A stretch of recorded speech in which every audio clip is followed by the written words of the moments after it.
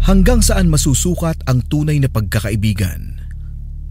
Sapat ba ang magtiwala ka sa itinuturing mong kapatid?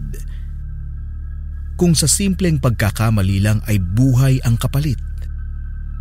Pakinggan ang ipinadalang istorya ni Marlon, hindi niya tunay na pangalan. Ibabahagi niya ang kanyang karanasan noong siya ay 13 taong gulang pa lamang, taong 1983. Sa isang isla o lugar na sakop ng Kabikulan.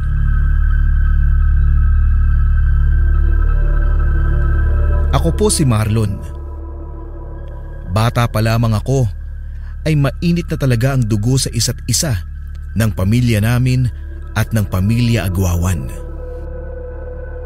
Nagkaroon kasi sila ng alitan sa pwesto sa mga lupa at hanggang ngayon ay dala-dala pa rin nila ang puot at galit sa isa't isa. Hindi ko naman alam kung paniniwalaan ko ba na dahil nga ba sa lupa kaya hindi sila nagkakaayos. Pero ang alam ko, galit si tatay sa pamilyang yun. Sa tuwing magkakasalubong nga si tatay o ang isa sa aming pamilya niya at ang isa sa pamilya o kamag-anak ng pamilya Aguawan, ay hindi sila nagpapansinan. Pero mahahalata naman sa kanilang mga mukha ang inis at puot. Nahahalata ni tatay yun sa tuwing pagmamasdan niya ang isa sa mga miyembro ng pamilya Aguawan.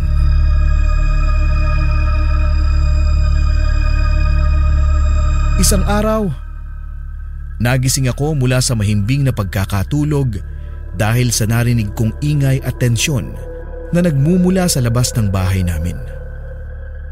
Agad akong bumangon sa pagkakahiga at sumilip sa bintana para tignan kung ano na naman ang nangyayari.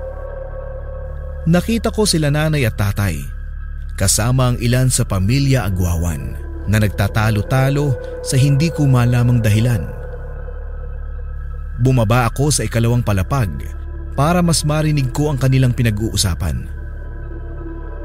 Mas lalo kong narinig ang malakas na boses ni nanay na sinisigawan ng pamilya Aguawan at ang galit na tono ng boses ng aking tatay. Masama ang mga tingin ng pamilya kina nanay at tatay.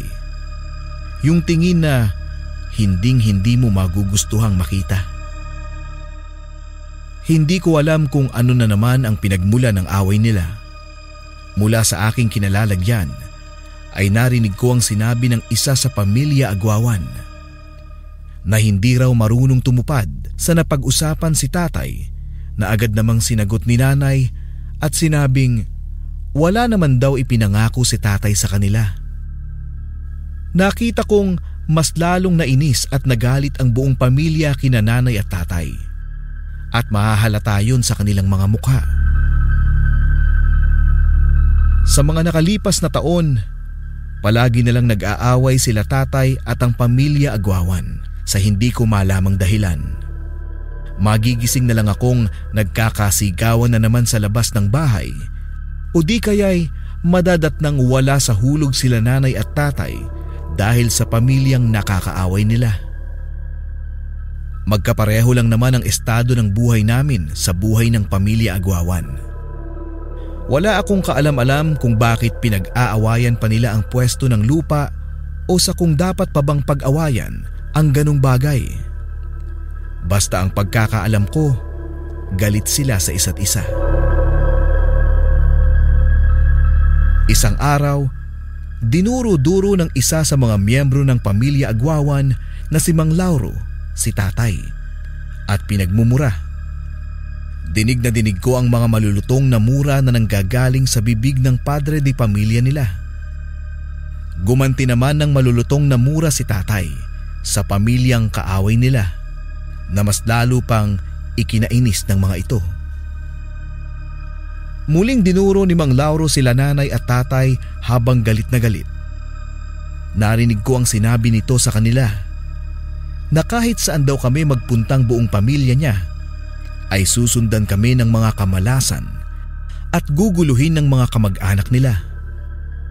Bahagya naman akong naguluhan dahil sa sinabi ng padre de pamilya dahil hindi ko maintindihan kung anong ibig sabihin nito. Umatras bigla ang dila nila nanay at tatay dahil sa sinabi ni Mang Lauro. Nanatili lang silang nakatitig sa pamilya Aguawan, ngunit hindi maitatago ang takot at pangamba nila sa maaaring gawin ng pamilya Aguawan.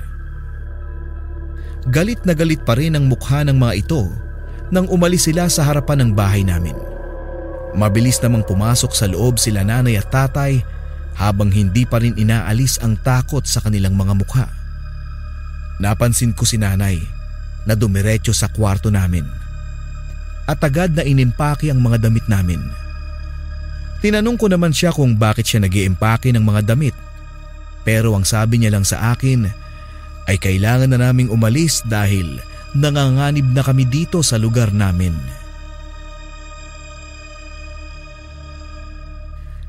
Sumapit ang hating gabi. Madaling-madali kaming tatlo nila nanay at tatay na nakaalis sa lugar na tinitirhan namin. Dahil ayon sa kanya ay nababahala raw siya sa panganib na maaaring mangyari sa aming mag-anak. Noong gabing ang iyon ay nilisan namin ang lugar nang walang nakakaalam. Sa isang bayan kung saan kami napadpad na mag-anak, agad kaming nakahanap ng matitirhan. Hindi pa rin ipinapaalam sa akin nila nanay at tatay ang dahilan kung bakit kami ura-uradang umalis sa lugar kung nasaan din ang pamilya Aguawan.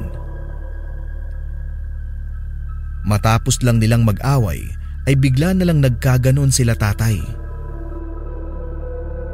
Naging maayos naman ang pagtira namin sa bagong nilipatan naming bahay ng ilang araw.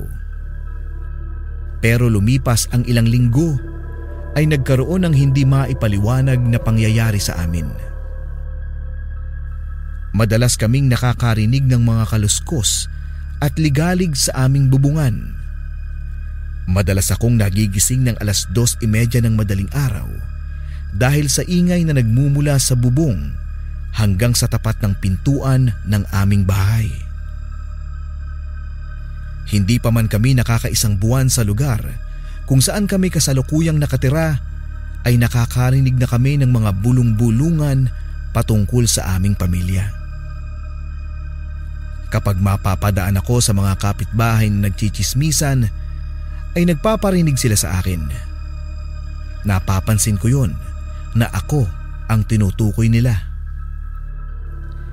Narinig kong sinasabi nilang simula daw nang mapadpad kami sa lugar nila ay nagsimula na ring maging magulo ang mga buhay nila. Hindi ko naman maintindihan yung ibig nilang sabihin kaya hindi ko napipigilang mapakunot na lang ng noo. Sa mga sumunod na gabi ay naging ganoon pa rin ang mga nangyayari. Nakakarinig kami ng mga kalabog sa bubungan at mga katok sa pinto. Sa tuwing may nagpaparamdam nga sa bubong namin ay naghahasa agad ng itak si tatay. Pangontra daw ito sa nasa labas ng bahay namin.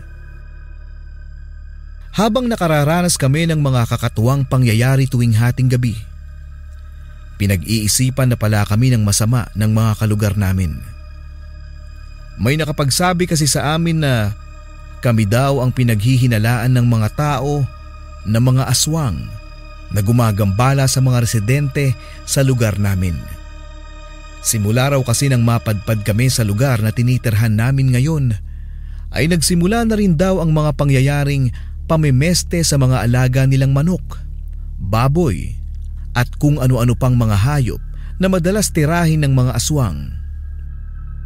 Nagiging madalas na rin daw ang pamimeste ng aswang sa mga taong may sakit, bata man ito o matanda, sa mga buntis at lalong-lalo na sa mga sanggol.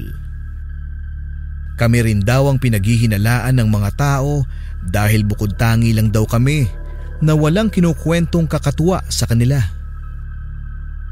Nagalit si tatay nang marinig ang mga naging paratang sa amin ng mga tao. Alam naman daw namin na walang katotohanan ng lahat ng iyon, kaya bakit daw kami paghihinalaan ng mga aswang? Sa ikalawang pagkakataon nga ay nilisan ulit namin ang lugar kung saan kasalukuyan kaming nakatira at lumipat ng ibang lugar. Nakakatanggap na kasi kami ng mga banta sa buhay namin at minsan pa nga ay binabato na ng mga tao ang bahay namin. Hinahunting na rin kami ng mga residente dahil sa tuwing mas tumatagal kami sa lugar na yon, mas dumadalas rin daw ang pamemeste ng mga sinasabi nilang aswang. Sinabi sa amin ni tatay na may pinagsosuspetyahan daw siya ng mga tao kung sino ang may pasimuno ng mga nangyayari sa amin. Tinanong ko naman siya kung sino yung mga taong tinutukoy niya, pero nanatiling tikom ang bibig ni tatay. Maging si nanay ay ayaw ring ipaalam sa akin, kaya mas lalo lang akong naguluhan. Sa bayang napuntahan namin ay mabilis ulit kaming nakahanap ng bahay na matutuluyan. Hindi na siya kalakihan gaya ng nauna, pero kasyang-kasya naman kaming tatlo. Nagtataka ako kila nanay at tatay dahil ni minsan ay hindi na nila nabanggit ang pamilyang nakaaway nila. Walang iba kung hindi ang pamilya Aguawan.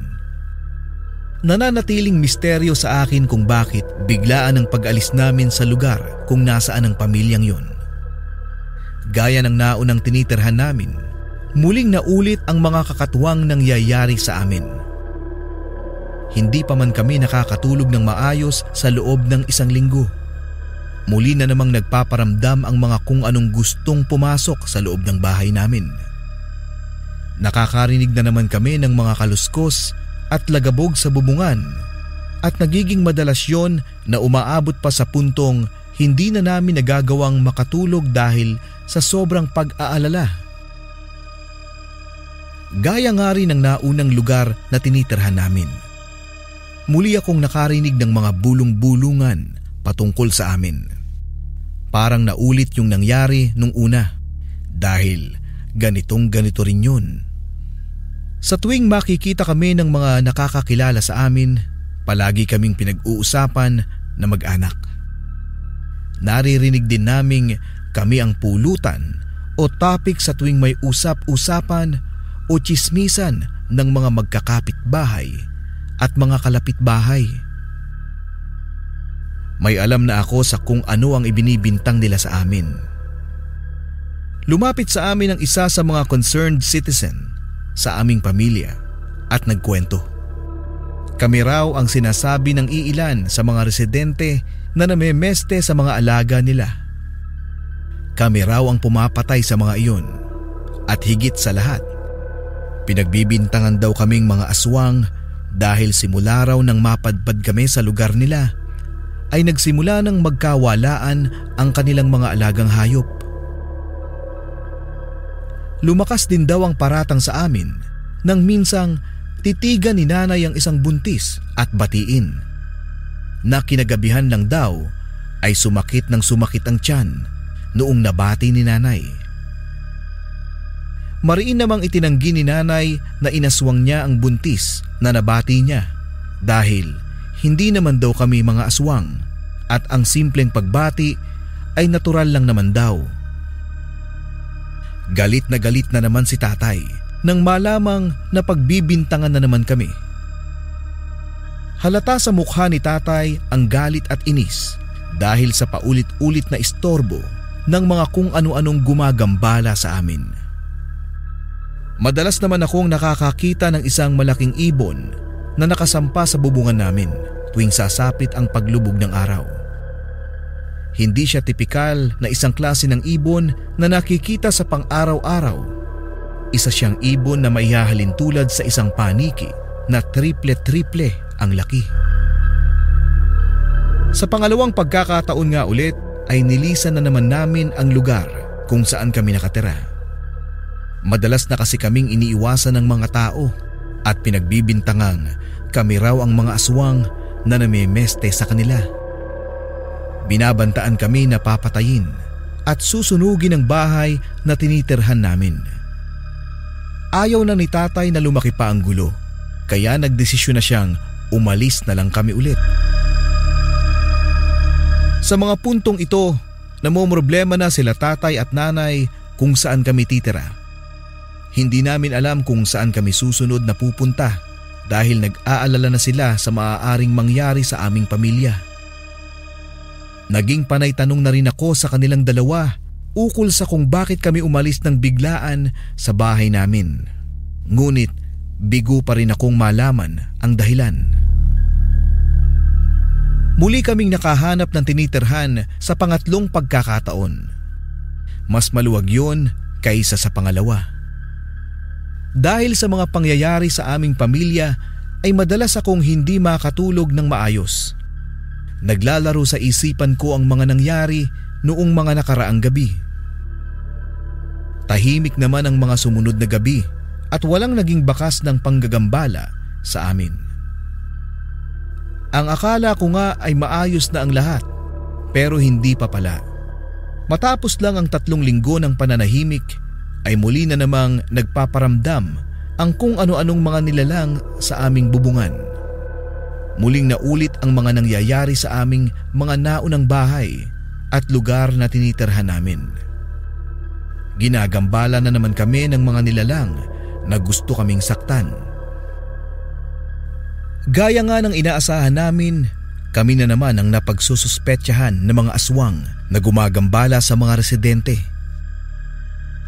Ang dinadahilan nila, kahit wala naman silang matibay na ebidensya, ay kami raw kasi ang bagong lipat sa lugar nila, kaya natural na kami daw agad ang kanilang ituturo. Galit na naman ang tatay dahil sa mga chismis na naririnig niya. Kitang-kita ko sa itsura ng mukha ni tatay ang sobrang galit at puot dahil sa mga pangyayari. Na napagbibintangan na naman kaming mga aswang. Muli na naman kaming tahimik na umalis sa lugar na kasalukuyan naming tinitirhan dahil gaya ng mga nauna ay napagbibintangan na naman kami.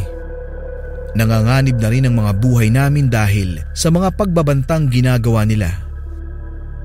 Ilang beses pa kaming nagpalipat-lipat ng lugar at bahay dahil sa paulit-ulit na sistemang nararanasan namin. Ilang beses na kaming napaparatangan na kami raw ay peste sa lugar nila. Kami raw ay mga aswang na nagdadala ng kamalasan sa kanila, kahit ang mga iyon ay wala namang katotohanan. Isang araw nga ay may ipinagtapat ang tatay sa akin. Ang sabi niya sa akin ay hindi na raw niya kaya pang itago ang totoo sa akin. Ayaw daw niya akong nakikitang nahihirapang mag-isip ng dahilan sa mga nangyayari sa amin ngayon, kaya minabuti niyang ipaalam sa akin ang katotohanan. Akala ko ay aaminin ni tatay na kami ang mga aswang na gumagambala sa bawat lugar na napupuntahan namin. Ngunit hindi pala yun. Sinabi niya sa akin ang dahilan kung bakit bigla kaming umalis sa lugar kung nasaan ang pamilya Agwawan. Ang kwento niya sa akin ay matalik daw silang magkaibigan ni Mang Lauro noong kabataan pa nila. Palagi raw silang magkasama sa kung saang kalokohan hanggang sa may inamin si Mang Lauro kay tatay. Isa raw siyang aswang. Tipikal na gulat at takot ang naunang reaksyon ni tatay. Ngunit sinabi naman ni Mang Lauro na hindi naman daw siya kakainin nito dahil ipinagbabawal sa kanila ang pagkain ng tao. Pinagpangako si tatay na hindi daw niya ipagsasabi kahit kanino ang nalaman niya at nangako naman si tatay. Pero isang araw ay nalaman na lang ni Mang Lauro na nalaman na ng mga kapitbahay nila ang tungkol sa tunay niyang pagkatao. At ang sinisisi niyang dahilan kung bakit nalaman ito, walang iba kung hindi si tatay. Dahil siya lang daw ang pinagsabihan niya nito. Simula nga noon ay nagkaroon na ng lamat ang kanilang relasyon bilang magkaibigan. Si tatay at si Mang Lauro. Palagi na lang silang nagbabangayan at ipinapalabas na tungkol sa pwesto sa lupa ang ugat ng pag-aaway nila. Nasabi ni tatay na gustong-gusto raw kaming saktan ni Mang Lauro at ng buong pamilya Agwawan. Pero hindi raw nila magawa ito dahil isinasaalang-alang nila ang dati nilang pagkakaibigan. Pagsasalaysay sa akin ni tatay na si Mang Lauro ay nagmula sa angkan ng mga aswang. Alam naman niyang malakas talaga ang pamilya Aguawan, pero hindi niya pa rin maiwasan ang hindi makipag-away dito dahil hindi ito nakakaintindi. Makikitid ang utak, sabi ng aking tatay. Sinabi ko sa aking tatay na kung alam naman pala nila na aswang ang pamilya ni Mang Lauro, sana ay hindi na lang ito pinatulan. Hindi naman umimik ang aking ama sa sinabi kong ito. Bagkus, umalis siya at lumakad papasok ng kwarto.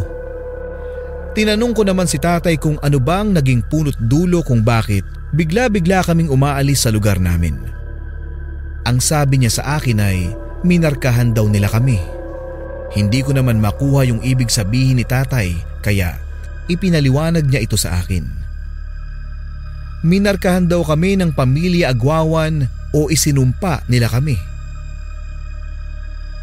Kung naaalala ko ba raw yung sinabi ni Mang Lauro na kahit saan daw kami magpuntang buong pamilya niya ay susundan kami ng mga kamalasan at guguluhin ng mga kamag-anak nila. Isa raw sa palatandaan na namarkahan ka na ng isang aswang ay kapag sa bawat pintong pasukan mo, palagi kang makakarinig ng mga ingay sa labas ng bahay mo.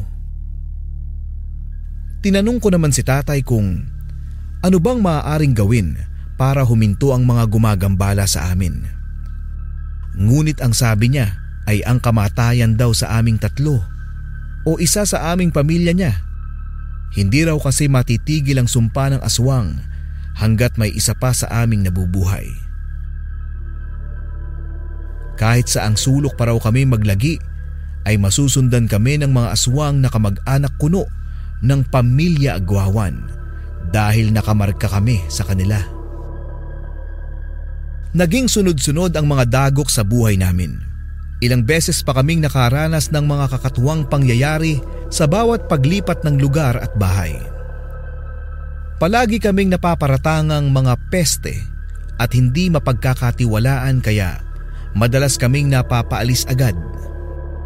Tama nga ang sinabi ni tatay. Kahit sa ang sulok man kami magpunta ay hindi kami makakatakas sa mga panggagambala ng mga aswang. Kung saan kami napapadpad ay doon din kami ginagambala. Kaya nadadamay pati ang mga nakatira din sa lugar na tinitirhan namin. At dahil nga hindi na nakayanan ni tatay ang mga nangyayari, nagpatiwakal ang aking tatay. Nag-iwan siya ng sulat sa aming dalawa ni nanay na nagsasaad na hindi raw matatapos ang pangyayari sa aming pamilya kung patuloy pa rin siyang mabubuhay. Siya raw ang may kasalanan ng lahat kaya siya rin daw ang dapat tumapos. Napailing naman si nanay at saka napahagulgol ng iyak sa mga sandaling iyon. Saka siya nagsaad na siya raw ang nagpakalat tungkol sa katauhan ni Mang Lauro noon at hindi si tatay. Gulat na gulat ako dahil sa mga nalaman ko. Magalit man ako kay nanay ay hindi pa rin naman noon maibabalik at maitatama ang nakaraan. Sabi ko pa sa aking nanay na huwag na niyang sisihin ang kanyang sarili. Dagdag ko pang kung nandito lang si tatay ay alam kong iyon din ang sasabihin niya sa iyo. Umiiyak kong sabi kay nanay. Simula noong mawala si tatay ay nagbago na rin ang buhay namin ni nanay. Hindi na kami muling ginagambala o sinusundan pa ng pamilya Aguawan. Ngunit nakakalungkot lang dahil kinakailangan pang magsakripisyo ni tatay maibalik lang sa normal ang takbo ng aming buhay ni nanay na minsan nang inilayo ng pamilya Aguawan. Kasalukuyan, ako po ay 55 anyos na. May sariling pamilya at sa Maynila na nakatira. Pumanaw na kasi ang nanay ko noong 2009 dahil sa katandaan. Walang alam o hindi ko ikinukwento sa aking pamilya ang istoryang ito. Nabili na rin ang aking nanay na huwag sasabihin. Hanggang dito na lang ang kwento ko at maraming salamat po.